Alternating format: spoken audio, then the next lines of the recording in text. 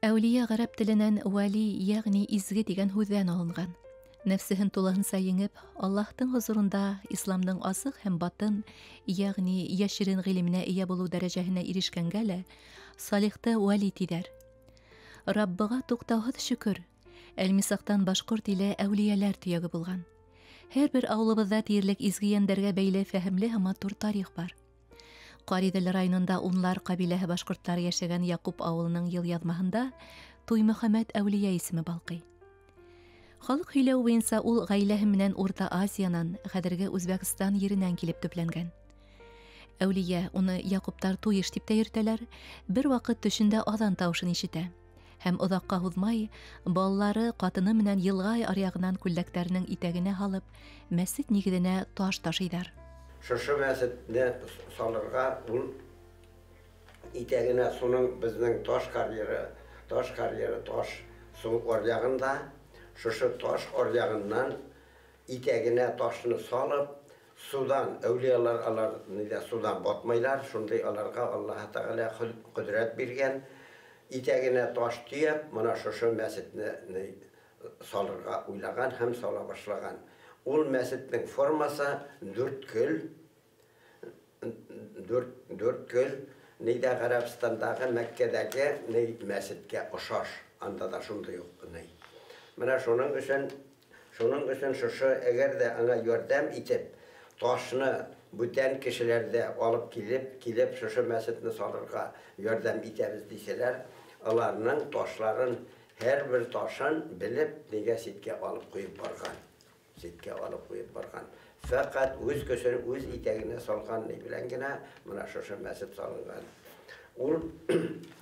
Ул мәсет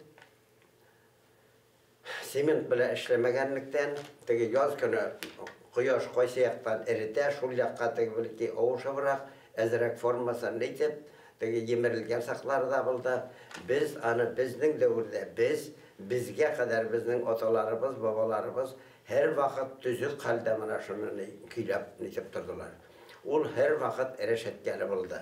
Ул үлгәс, күмәргә килгәндә, күтәреп күмәргә, ҡәбергә салырға килгәндә, элек бер ҡабилә белән икенсе ҡабилә суғышып, малларын алып китеп, кешеләрен, хатын-ҡыҙҙарын әсиргә төшөрөп, шушы үҙҙәренә алып китә торған булғандар элек.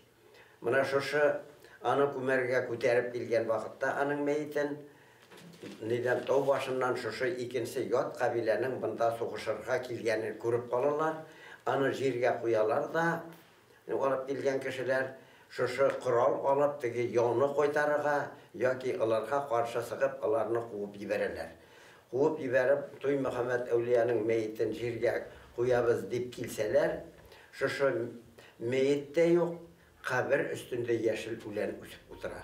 Был ваҡиғаларға 300-400 йыл самаһы дип һанап сығарған Яҡуптар. Аллаһтың яратҡан ҡоло Туймөхәмәт әүлиәгә күрһәткән ихтирамдың ҡәҙерен һәм әһәмиәтен бик һәйбәт аңлай ауыл халҡы. Элегерәк ошо урында әҙәпһеҙ ҡыланған бәндәгә бирелгән һабаҡ тарихы ла әле булһа онотолмаған.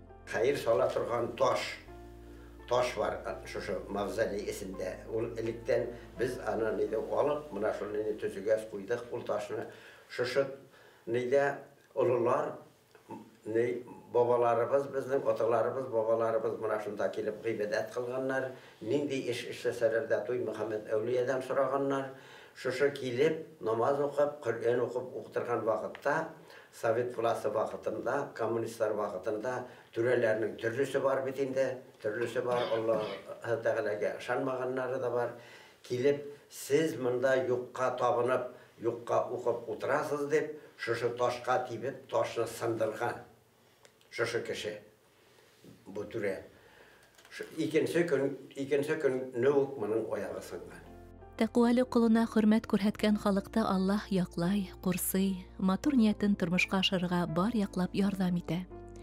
Бәрәкәтле урында таштан яңы мәсет төҙөп сығарыуҙары ла бик йылдам һәм ыңғай барҙы. Илебеҙҙең төрлө тарафында, Ҡариҙелдә, Мәскәүҙә, Өфөлә, сит өлкәләрҙә йәшәгән бихисап изге күңелле кеше ҡатнашты был төҙөлөштә. Әлеге ваҡытта, Аллаға шөкөр, мәсетебеҙ эшләй. Семинарлар үткәрәбез, Нәгертин ауылында семинар үтте. Асҡыннан да киләләр. Mişke'den de kileler, buraydan kilgen saklары da buldu. Mana şu ayıp bizde rayonumuzda bu iş var. Dini beyramlarını ütkärәбез. Mana Roza hanım okutular uyuşturdu indi. Изгеләрдә уллаган кешене Аллаһ та һөйер. Олаталарыбыз буны яхшы аңлаган. Үҙеңдән башҡаны әүлиә тип бел, тип үҙара бик тату ғүмер иткән улар. Ошо мәҡәл һымаҡ быуаттар төпкөлөнән килеп еткән ижадыбыҙ гәүһәрҙәре, тарихыбыҙ, халҡыбыҙҙың элек-электән матур әҙәпкә ия булыуҙарын бик асыҡ дәлилләй. Бөгөн дә беҙҙең арала вәлиҙәр бар. Әммә пәйғәмбәрҙәрҙән ҡала был донъяла иң бөйөк заттар әүлиәләрҙең ҡайһы тарафта йәшәүен һәм кем икәнлеген Аллаһ үҙе генә белә һәм уларҙы ҡурсыу өсөн беҙҙән йәшерә. Әммә изге йәнде әҙәбе һәм уй ниәттәренең сафлығы, зикерле булмышы аша сырамытырға, танырға һәм дә яратырға мөмкин.